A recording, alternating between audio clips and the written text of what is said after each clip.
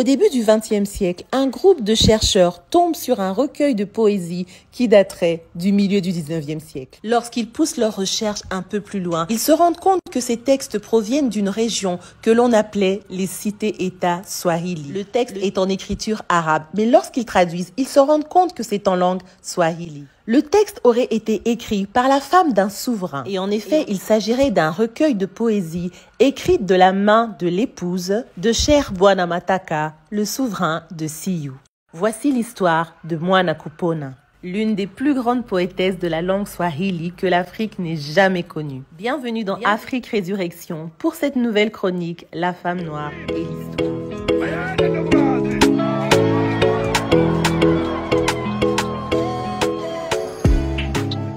Mwana Kupona Binti Msham est née au XIXe siècle sur la pittoresque île de Pathé. Du XIIIe au XIXe siècle, Pathé était le centre du sultanat de Pathé.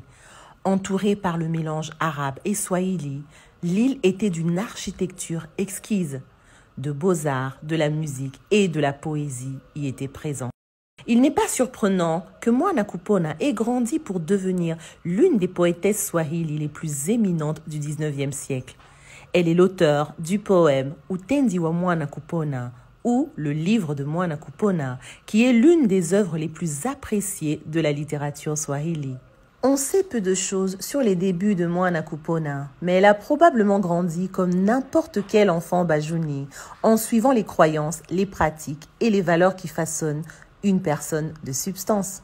À peine était-elle prête pour le mariage qu'elle devint une épouse royale, la dernière épouse du Cher Bwana Mataka, souverain de Siyu, avec qui elle eut 2 enfants. Son mari décéda en 1856 et 2 ans plus tard, elle écrira son célèbre poème Utendi wa Mwana Kupona, dédié à sa fille de 14 ans, Mwana Heshima. Le poème est centré sur les enseignements, les conseils de Mwana Kupona à sa fille concernant le mariage et les devoirs d'épouse.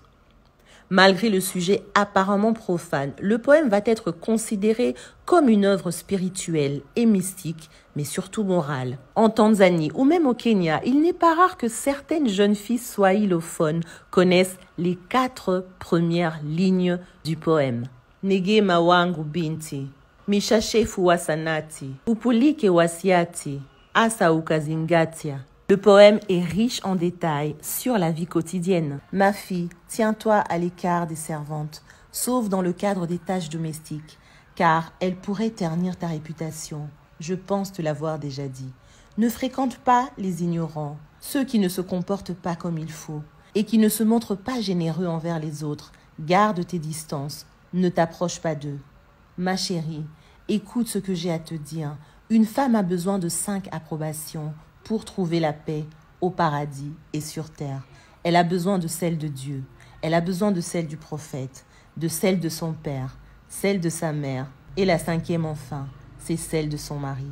Mwana Kupona Binti Msham est décédée en 1865, mais ses paroles continuent de vivre dans le cœur et dans l'esprit de ceux qui les lisent et les récitent encore et encore, petits comme grands. Des mots qui sont sûrs de vivre pour toujours dans notre chère culture africaine.